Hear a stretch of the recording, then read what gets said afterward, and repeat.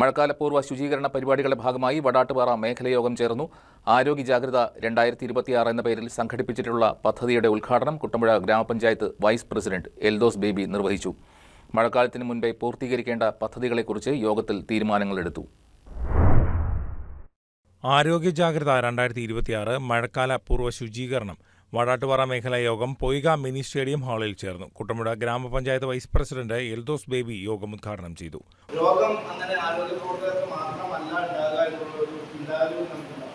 നമ്മുടെ വീട്ടിൽ ഇവിടെ പ്രായമായ ആളുകൾ, കുട്ടികൾ ഉൾപ്പെടെ ഉള്ളപ്പോൾ അവരെല്ലാം ഇത് ബാധിക്കും. അത് പ്രതിരോധിക്കുന്നത് നമ്മളല്ല, നമ്മൾ തന്നെ ഉണ്ടാക്കുന്ന രോഗങ്ങളാണ്.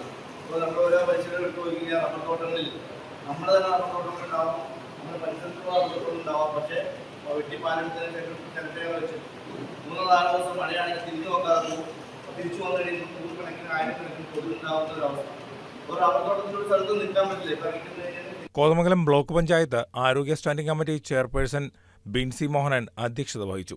മഴക്കാല മുന്നൊരുക്ക പ്രവർത്തനങ്ങളെക്കുറിച്ച് വിശദീകരണ യോഗവും ചർച്ചയും ഉണ്ടായിരുന്നു. വരുന്ന ശനിയാഴ്ച രാവിലെ 9 മണിക്ക് പണ്ടാരം സിറ്റി ശുചീകരിക്കുവാനും തീരുമാനിച്ചു. സ്ഥലങ്ങളുടെ ശുചീകരണം, ഗൃഹസന്ദർശനം, സ്ഥാപന സന്ദർശനം, തോട്ടങ്ങളുടെ ശുചിത്വ പരിശോധന, ബോധവൽക്കരണം പരിപാടികൾ അടക്കം മഴയ്ക്ക് മുമ്പ് പൂർത്തീകരിക്കുവാൻ തീരുമാനിച്ചു. വാർഡ് മെമ്പർമാരായ കവിത ഗോപകുമാർ, സൽമ ഷാനവാസ്, ഭാഗ്യലക്ഷ്മി രാജൻ, MK രാമചന്ദ്രൻ എന്നിവർ ചർച്ചകൾക്ക് നേതൃത്വം നൽകി. പൊതുജനാരോഗ്യ നിയമം കർശനമായി നടപ്പാക്കുമെന്ന് health inspector Sabu M Devasya അറിയിച്ചു.